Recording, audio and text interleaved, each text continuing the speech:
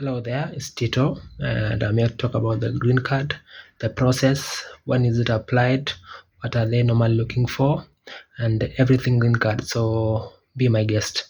So yes, my background is that I've applied green card twice, and but the first time I heard about the green card and I was curious about it was 3 years ago. But when I wanted to go and apply, that time the requirement was a passport and I didn't have, so I couldn't do much about it. So I planned for the following year. So last year, the second time I applied, that was applied uh, in October. But so the first time after I applied, that means the first time I applied was in 2021. Yeah, so that's my background. But what I've learned so far, so first things first, what do you need to apply for green card? So normally they give out requirements. Prior to last year, normally the requirement was a passport, because they would ask you for a passport number somewhere when you're filling your details. So but as for last year, there was no need for a passport. You would just apply, but just bear in mind that even if you don't have the passport, assuming that you are selected, you would require a passport to travel anywhere outside of this country. So what are the requirements? Normally they give a notification when the application will be they'll be taking the application from the prospective applicants.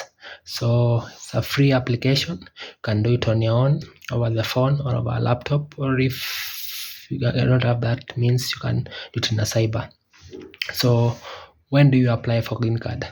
Green card is normally, from my experience, green card is normally applied between mid-October to mid-November, roughly a month, depending on the starting date of October, but it's normally mid-October to mid-November. So first thing you have to know is that there's a website for you to check the countries that are eligible. So that's the first thing you need to know. There's a website. I'll pin it on my video. And then, but let's just give an example. Like for the past 2 years I applied, Nigeria was not eligible, because what normally the US government does is that they look at the population that's come to America over a couple of years, and if the population from a specific country exceeds 55,000 within 5 years, then they would bar that country from participating, because they want to give equal opportunity to everyone from across the globe. That's the first thing you check, if your country is eligible. That out of the way, assuming your country is eligible, then now what do you need? Details you need your, of course, you need your names, you need your, they would ask for your academic credentials, but normally they would apart from the countries that are eligible, you're also required to have some credentials. You can have either work experience, or at the same time at least have a high school certificate. Normally in Kenya we call it KCSE, but I think many countries have their versions of the Kenya Certificates of Secondary Education, KCSE.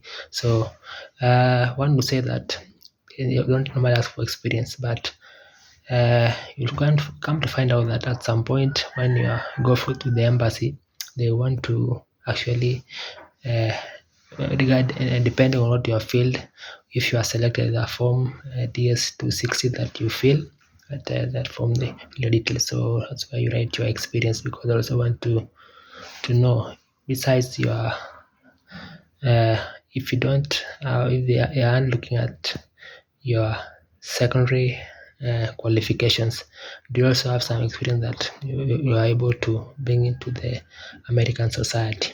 So that's on the part of experience. So at least I have some experience in, at least in a trade or a skill, or as a kind of work experience. So regarding education, they might require at least above a D plus. So that's something they would really just good for you to know before you apply. those aside, so you have applied. What do they normally look at? Of course, you fill your information. It's your names, your if you do have children or not, your address. I think that's basically your basic information. That's straightforward when you're filling them. It's just as straightforward information.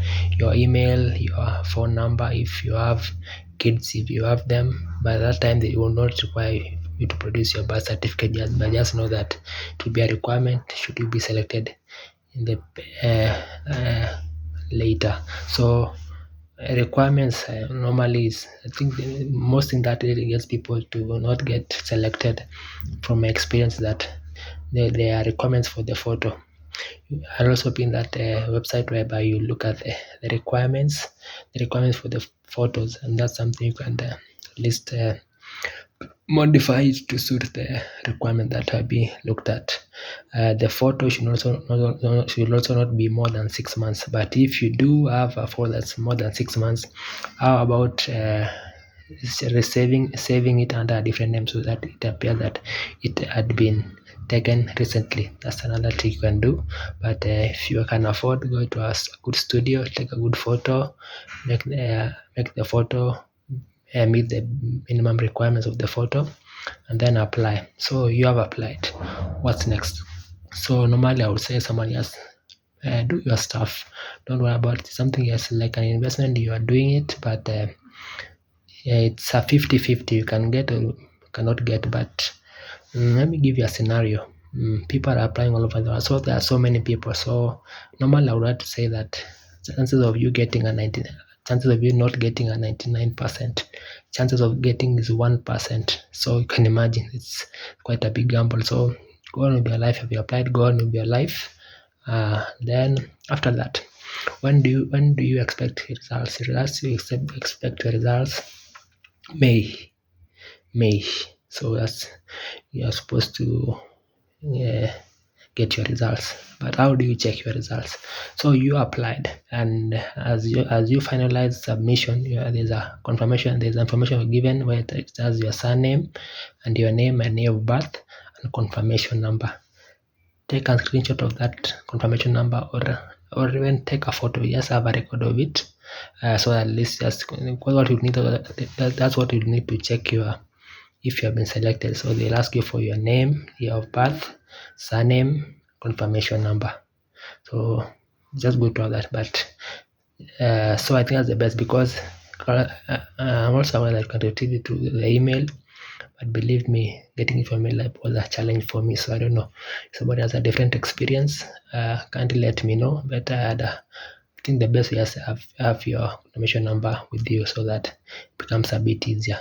Yeah, so you've checked. So just when May arrives, when it's May, then now you can check if you have been selected.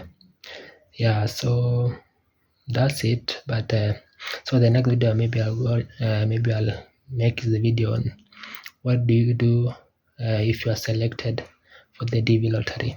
So I'm looking forward to enlightening you guys, because let's check opportunities that are available, and this one is one I really feel that it's good for you to exploit, because it can be a life changing.